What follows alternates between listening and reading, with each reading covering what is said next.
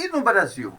Como contar um passado, como voltar a um passado belo, idílico, glorioso, etc., sendo que não existia esse passado. Não existia esse passado, evidentemente, para aqueles que estavam construindo este movimento literário, para aqueles que estavam produzindo essa literatura, que eram justamente os descendentes dos europeus ou descendentes de europeus, ou mesmo alguns miscigenados, mas absolutamente mergulhados naquela cultura de ascendência europeia.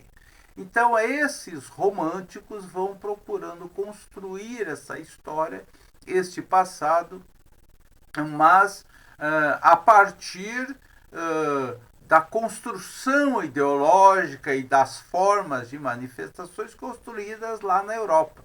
Então, carecia de adaptar aquele romantismo à realidade brasileira.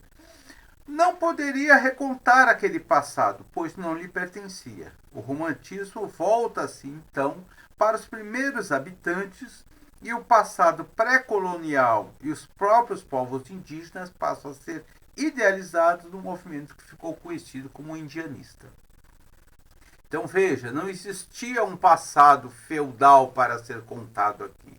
Não existia um período onde os reis seriam exaltados, onde existiriam os cavaleiros que estariam lutando pelo bem, onde não existiria a segurança de uma estrutura da Igreja Católica a ser contado e exaltado. Era necessário se criar um passado.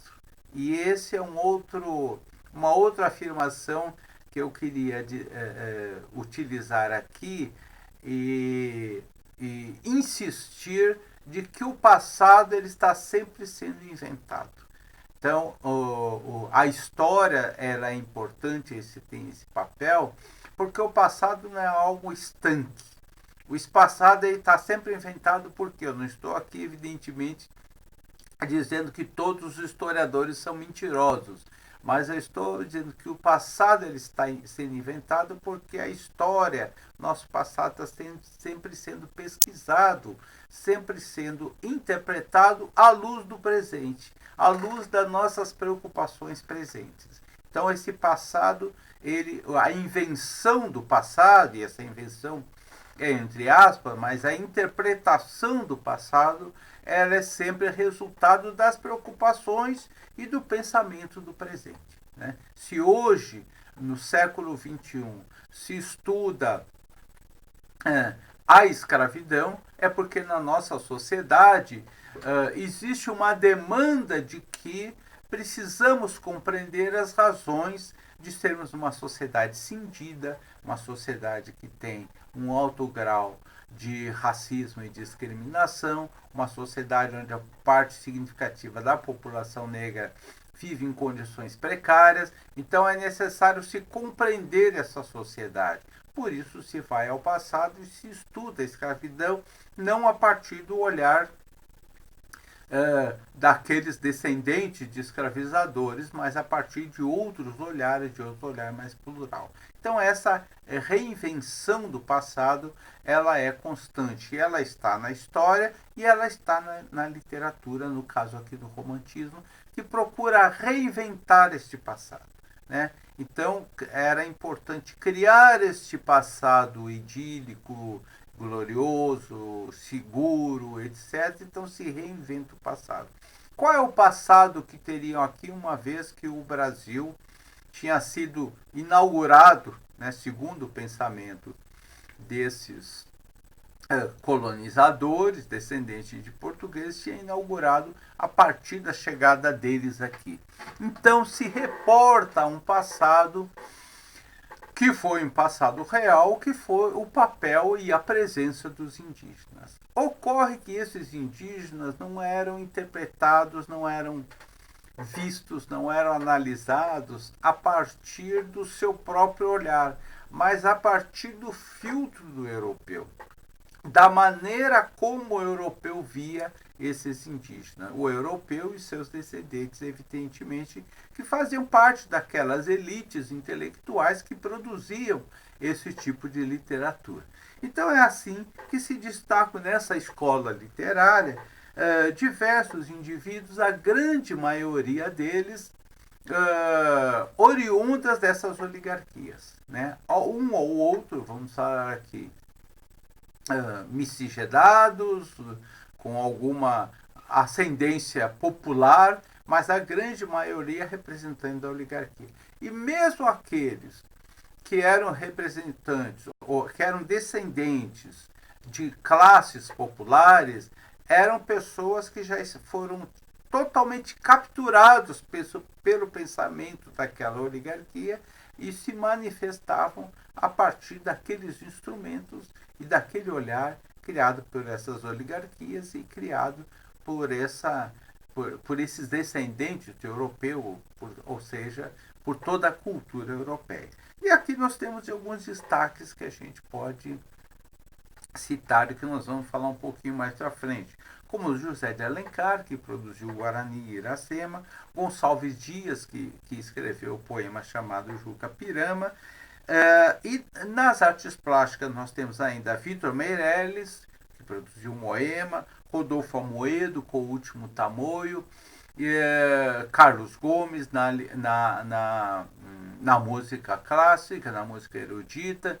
Enfim, nós temos uma quantidade grande de tradutores daquele pensamento produzido nas academias, do pensamento científico produzido nas academias, da filosofia produzida lá nessas academias, que são tradutores que vão apresentar esse pensamento de forma muitas vezes brilhante, porque são pessoas talentosas, vão apresentar esse pensamento para a população através da sua arte, através da sua literatura.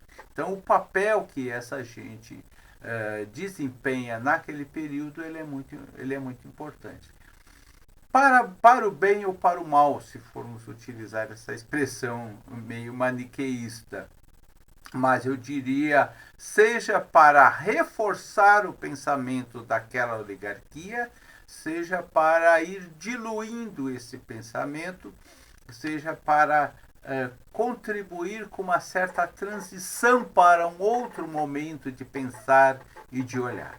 Então, esses literatos, eles tiveram um papel fundamental para interpretar essa sociedade.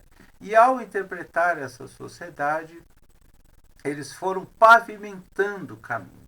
Porque as ciências sociais, elas criam formas de pensamento, elas criam uma ideologia, elas criam uma interpretação e que principalmente naquele período, onde a grande maioria das pessoas não era escolarizada, quem tem acesso a essa produção literária são as elites, são as oligarquias, que se apropriam dessa produção literária, eu me enganei, dessa produção acadêmica.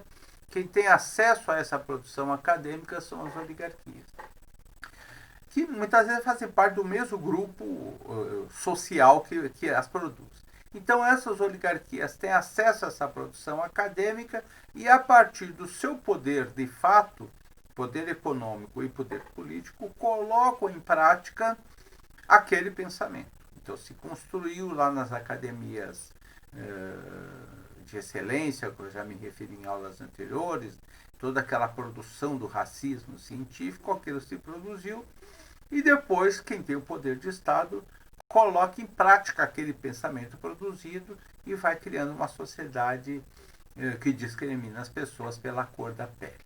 Muito bem. Ocorre que, além de colocar em prática aquele pensamento produzido nas academias, há que se convencer o conjunto da sociedade que aquele pensamento colocado em prática é legítimo e é justo. Para se convencer o conjunto da sociedade, é necessário se popularizar aquele pensamento, traduzir aquele pensamento para um nível de compreensão, para um nível até de escolaridade das pessoas a quem se quer atingir. E como é que se traduz esse pensamento? Através da arte, através da literatura. A arte e a literatura, portanto, ela tem esse papel fundamental. Eu não estou querendo dizer aqui que a arte, que a literatura, ela sempre tem um papel reacionário, um papel conservador da sociedade. Muitas vezes a arte é transgressora, que aliás, este é o grande papel da arte, ser transgressora.